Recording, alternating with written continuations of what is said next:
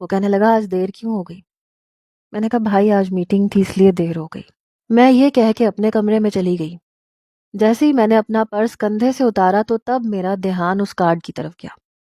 میں نے بے رخی سے وہ کارڈ اپنے بیڈ پہ پھینک دیا۔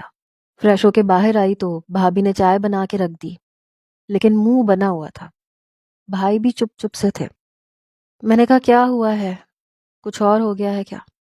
بھائی کہنے لگے کچھ نہیں، لیکن دیکھو تمہاری عمر 26 سال کی ہو چکی ہے اور تمہاری عمر کی تمہاری ساری سہیلیاں اپنے گھروں کی ہو گئی ہیں۔ تمہاری بھابھی بتا رہی ہیں کہ اس بار آنے والے رشتے پہ بھی تم نے انکار کیا ہے۔ کیا برائی تھی اس رشتے میں؟ بھائی کافی سنجیدگی سے پوچھ رہے تھے۔ میں نے کہا ان لوگوں کو میری جاب کرنے پہ اعتراض تھا۔ فرقان بھائی کہنے لگے تو پھر؟ میرے خیال سے تو اس میں کوئی حرج نہیں ہے، شادی کے بعد تم جاب مت کرنا۔ میں نے کہا بھائی مجھے جاب کرنی ہے، میں کسی پہ ڈیپینڈنٹ ہو کے نہیں رہنا چاہتی۔ اگر کوئی شخص ایسا ہے جسے میری جاب پہ اعتراض نہیں ہے اور نہ ہی اس جاب سے آنے والے پیسوں پہ اس کی نظر ہوگی تو میں اس سے شادی کر لوں گی، مجھے کوئی اعتراض نہیں ہوگا۔ اور باقی کی شرائط بھی بھابھی جانتی ہیں جو میں نے رکھی ہیں۔ میری بھابھی فوراً سے بول پڑی، کہنے لگی ان شرطوں پہ رشتے نہیں ہوتے، شوہر کبھی بھی برداشت نہیں کرتے ڈیمانڈز۔ اتنی سی بات تمہاری سمجھ میں نہیں آتی؟ میں نے کہا کیوں؟ جب لڑکے والے ڈیمانڈز کر سکتے ہیں تو ہم لوگ کیوں نہیں کر سکتے؟ میں اپنے گھر سے صرف ایک جوڑے میں جاؤں گی، جہیز لے کر نہیں جاؤں گی، اپنی جاب نہیں چھوڑوں گی اور نہ ہی اپنی سیلری میں سے اپنے شوہر کو 1 روپیہ دوں گی۔ بس اتنی سی شرائط ہے میری، میں نے کوئی لمبی چوڑی فرمائش تیار نہیں کی ہے۔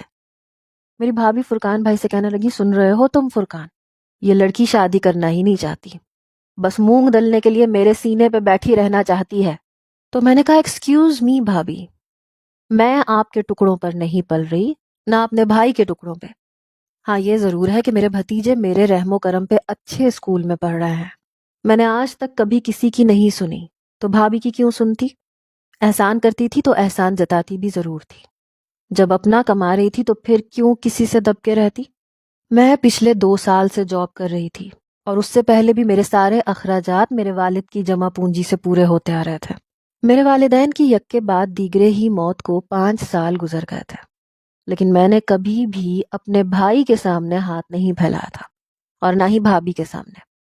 میری بھابھی کا مجھ پہ بس یہ احسان تھا کہ وہ کھانا اور چائے بنا کے رکھ دیتی تھی۔ البتہ کھانے پینے میں میرا بڑا نخرہ تھا، میں اچھا کھانا کھانے کی شوقین تھی اور لا کے بھی دیتی تھی۔ فریج ہمیشہ طرح طرح کی چیزوں سے بھرا رہتا تھا۔ اکثر رات کو لیپ ٹاپ پہ جب مجھے اپنا